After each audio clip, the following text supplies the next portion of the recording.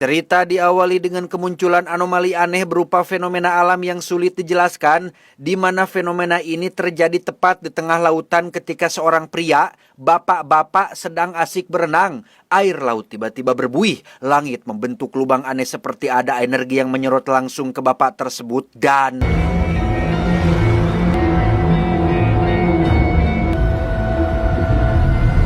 Tidak ada hal aneh yang terjadi, si bapak pun kembali ke daratan dengan penuh rasa heran atas kejadian barusan, di mana si bapak yang bernama Paul ini ternyata adalah seorang bos perusahaan pembuatan kapal kayu yang kebetulan sedang mengalami sedikit masalah finansial.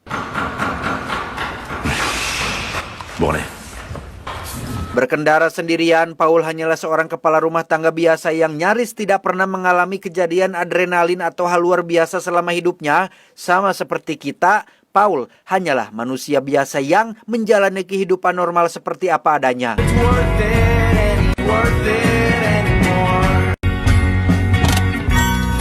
Sesampainya di rumah yang terletak tepat di tepi pantai, Paul langsung disambut oleh Ellie, sang istri, dan anak perempuannya yang masih kecil, di mana mereka punya kucing peliharaan yang sangat nakal dan selalu ngintil kemanapun majikannya pergi.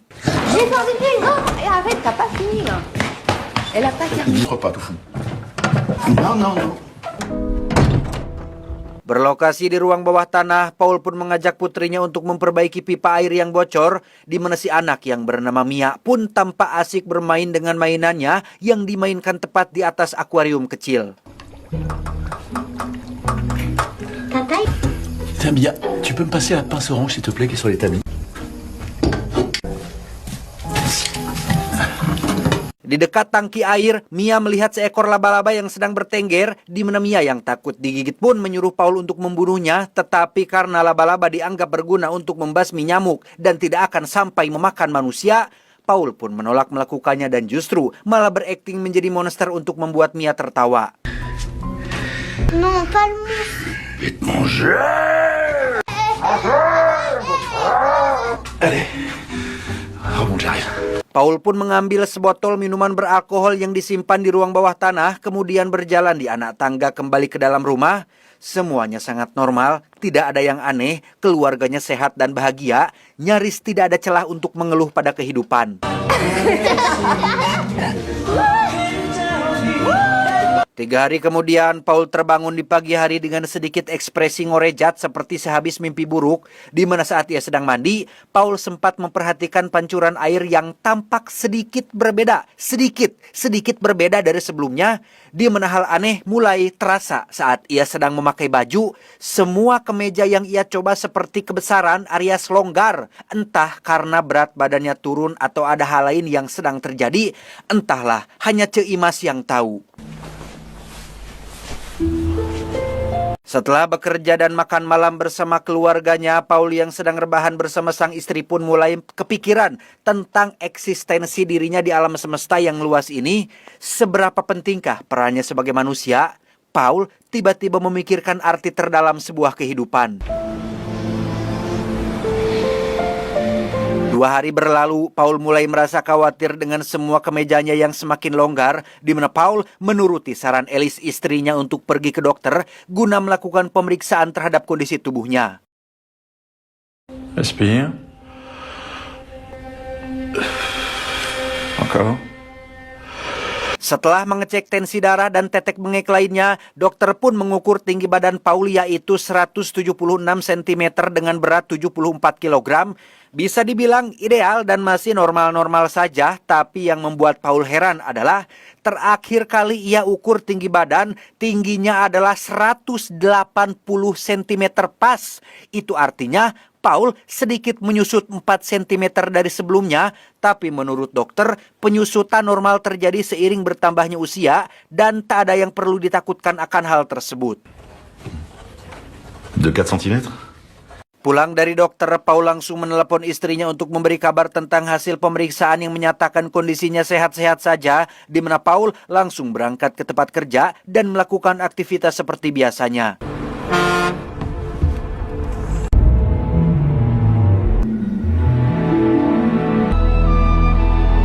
Singkat cerita, malam pun poek. Di rumah, Mia terlihat sedang asik main rumah-rumahan sebelum akhirnya tidur. Sementara untuk Paul, ia semakin kepikiran dengan kondisi aneh yang dialami oleh tubuhnya. Sempat teringat dengan fenomena aneh yang terjadi di tengah laut. Paul pun memutuskan untuk olahraga malam, berharap itu akan sedikit membantu. Fais peur. Je fais quoi là?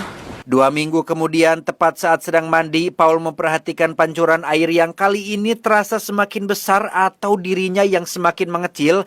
Cincin kawin di jarinya pun tiba-tiba terjatuh akibat longgar. Bahkan Alice cukup dibuat terkejut saat melihat Paul yang memakai jubah mandi yang kedodoran. Élise.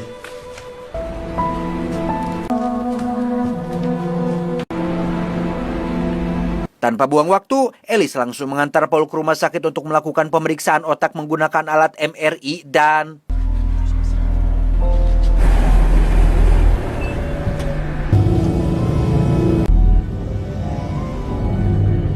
Dari hasil CT scan dan MRI, Paul dinyatakan sehat dan tidak ada penyakit serius kecuali rorombehen di sela-sela jari kakinya.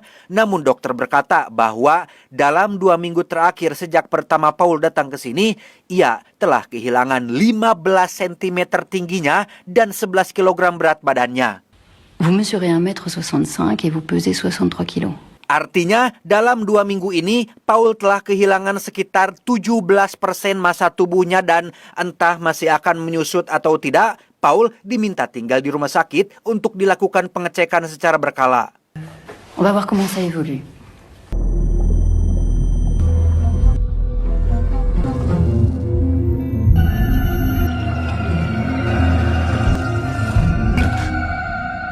Sempat bermimpi buruk, Paul memutuskan kabur dari rumah sakit dan menolak perawatan.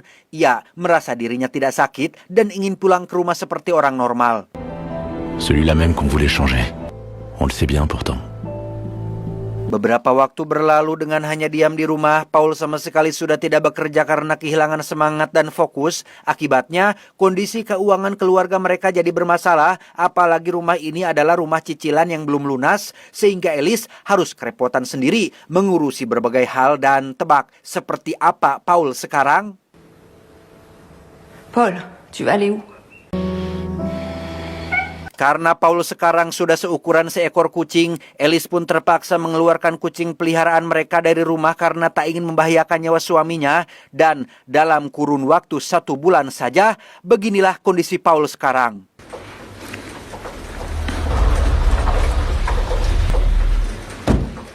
Ya, sekarang Paul bahkan tidak lebih besar dari kucing peliharaannya sendiri, di mana saat ia sedang berdiri di depan pintu menunggu istri dan anaknya pulang, muncullah orang lain yang katanya ingin membeli rumah ini sehingga Paul langsung berlari untuk sembunyi di kolong kasur. Avec la terrasse qui donne sur la mer. c'est Piste américaine. C'est joli la pierre là. Oui, elle fonctionne. Ensuite, la chambre principale.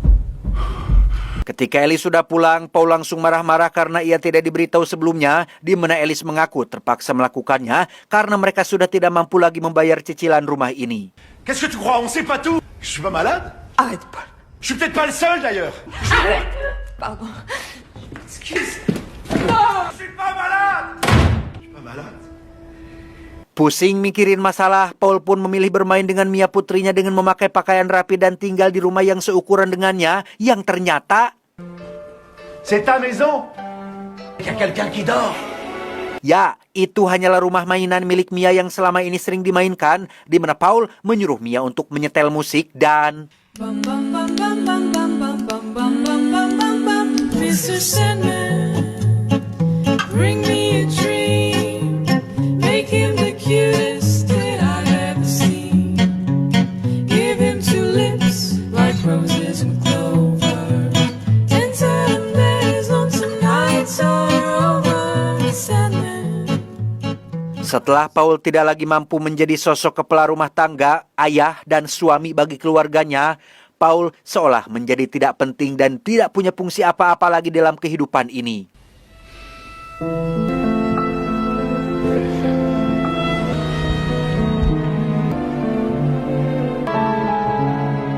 1 bulan kemudian, kini Paul hanya nyari seukuran pin kertas dan sebuah pensil, di mana ia terlihat sedang mengikat kail pancing untuk dijadikan alat panjat. Namun, masalah muncul ketika kucing peliharaannya berhasil masuk ke dalam rumah dan...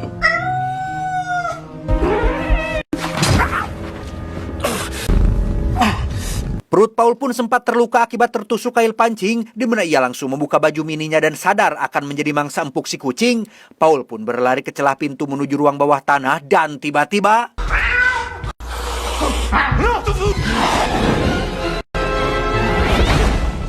Ya, Paul pun terjatuh tepat di atas kardus penuh plastik, di mana Alice hanya bisa menemukan baju mini Paul dengan bercak darah dan mengira jika kucing peliharaannya telah memakan Paul suaminya.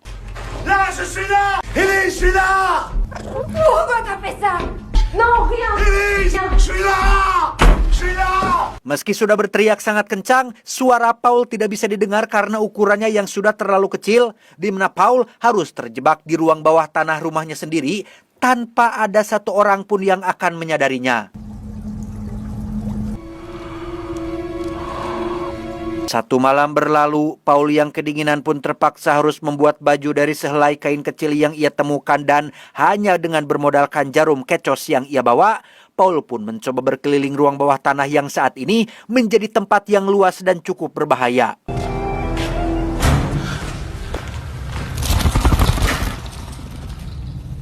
Berlokasi di bawah tangki air yang tempo hari sempat ia perbaiki, Paul pun berhasil mendapatkan beberapa tetes air yang cukup untuk minum dan mandi sehingga...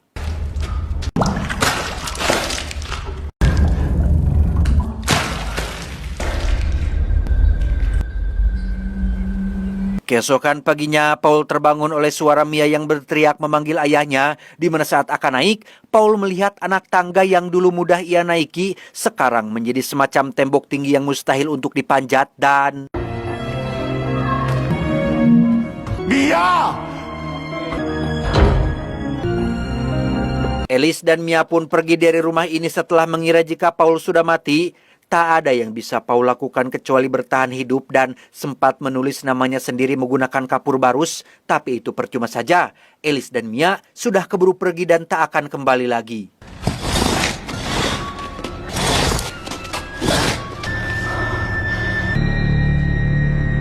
Karena lapar, Paul pun mencoba mencari makanan dan teringat dengan keju yang ia pasang pada jebakan tikus. Berlokasi di sela-sela lemari pojok ruangan, Paul pun mencoba mengambil keju tersebut dan berhasil mengusir beberapa ekor semut yang sekarang ukurannya sebesar anjing.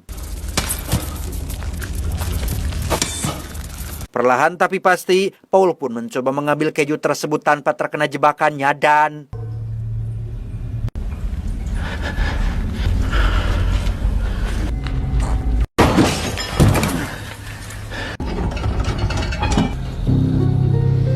Saat sedang makan keju itulah muncul laba-laba tepat di belakangnya, namun dengan ukurannya yang sekarang, Paul masih cukup mampu untuk menakuti dan mengusir laba-laba tersebut.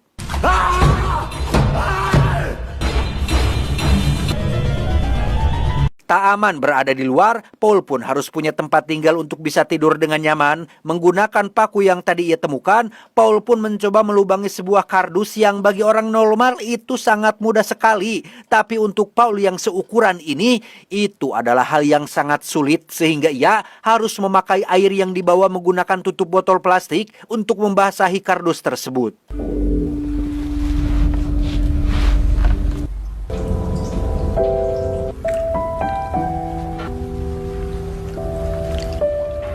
Satu minggu berlalu, Paul terbangun oleh suara Alice yang kembali ke rumah ini untuk mengambil beberapa barang yang ketinggalan.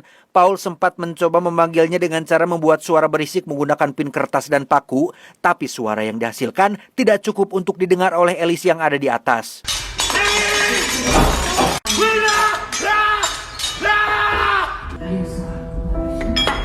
Frustasi, Paul pun teringat dengan botol minuman beralkohol yang ia simpan di ruang ini, di mana ia berhasil mengambil beberapa tetes alkohol yang cukup untuk membuatnya mabuk, tetapi...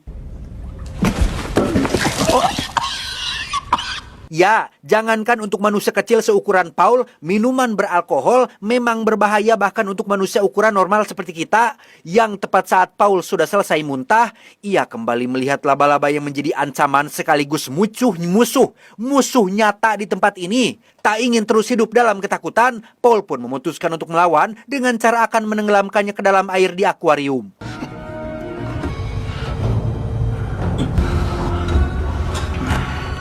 Setelah berhasil naik dan berada tepat di atas akuarium, Paul pun harus menghadapi laba-laba yang saat ini datang untuk memakannya dan...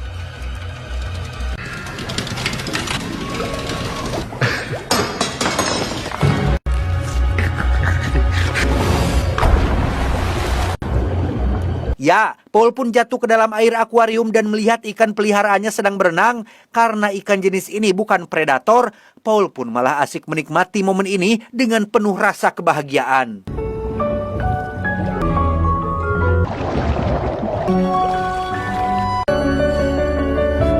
Selesai berenang dan berbagi makanan dengan ikan, Paul pun memutuskan pulang sambil membawa air menggunakan tutup botol, di mana laba-laba itu kembali muncul untuk memangsanya sehingga...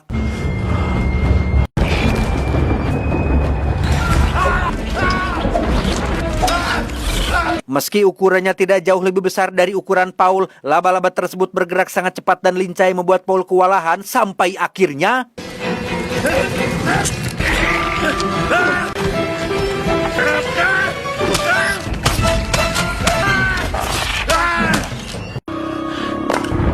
Paul berhasil bertahan hidup setelah menggunakan benda tajam untuk melukai laba-laba tersebut. Tak bisa tidur dengan tenang, Paul pun menemukan sekotak korek api dan berhasil membuat api unggun untuk sebagai perlindungan.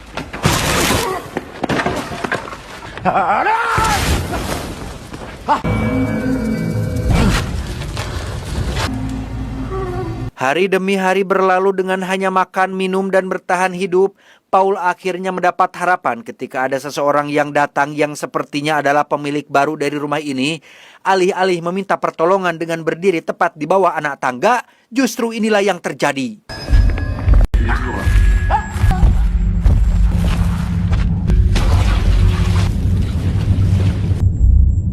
Karena ukuran Paul sekarang hanya sebesar nyamuk, suara yang dihasilkan dari hentakan sepatu dan langkah kaki biasa pun menjadi sangat berbahaya dan membuatnya menderita, di mana Paul akhirnya menyadari satu hal, bahwa ia tidak bisa lagi hidup di ruang bawah tanah ini, bahkan mainan orang-orangan milik Mia putrinya seperti sebuah patung raksasa baginya, sehingga satu-satunya cara untuk bisa merdeka adalah dengan keluar menuju ke alam bebas.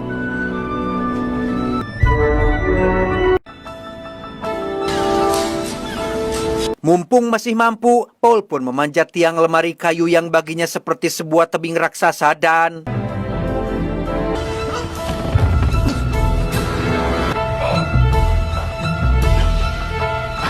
Setelah mencapai puncak, jarak dari posisinya menuju jendela ternyata masih sangat jauh, di mana Paul harus melakukan sesuatu yang sangat-sangat beradrenalin, yaitu lompat ke pinggiran dinding yang menjadi satu-satunya jalan menuju ke jendela dan...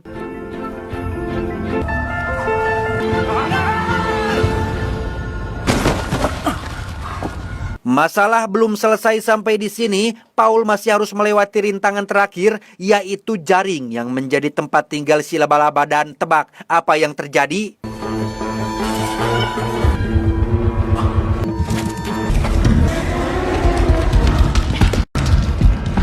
Apes, Paul harus ketahuan oleh si laba-laba yang perlahan mendekatinya.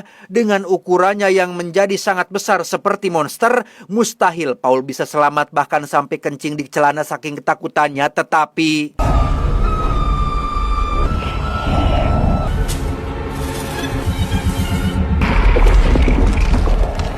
berkat seekor nyamuk yang tersangkut jaring, perhatian si laba-laba pun teralihkan oleh mangsa yang lebih besar, di mana Paul langsung berlari menuju ke jendela. Tetapi karena lubangnya masih terlalu kecil, Paul masih harus menunggu beberapa hari lagi sampai ukurannya sendiri cukup muat untuk bisa keluar.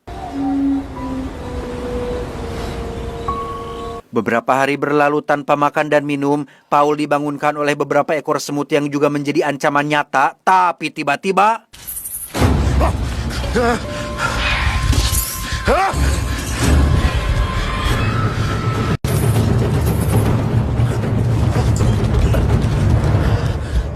Setelah berhasil keluar dan lolos dari ancaman laba-laba, Paul pun berjalan di alam bebas yang sebenarnya hanya di sekitaran halaman depan rumahnya. Luas seperti hutan belantara, rumput kecil dan satu tetes air sekarang menjadi sesuatu yang sangat berbeda dari sudut pandang si Paul ini. Apakah Paul masih akan terus mengecil sampai seukuran atom dan memasuki dunia kuantum? Entahlah. Paul pun melihat ke langit, memandangi alam semesta yang jauh lebih besar dan luas, menemukan makna kehidupan dan sudah bisa menerima kenyataan akan takdir yang menimpa dirinya.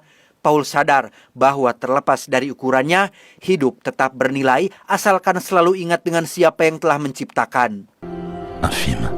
Alors voilà Mia. Dans ce ciel que nous avons si souvent regardé ensemble. Tamat, ending yang cukup memaknakan.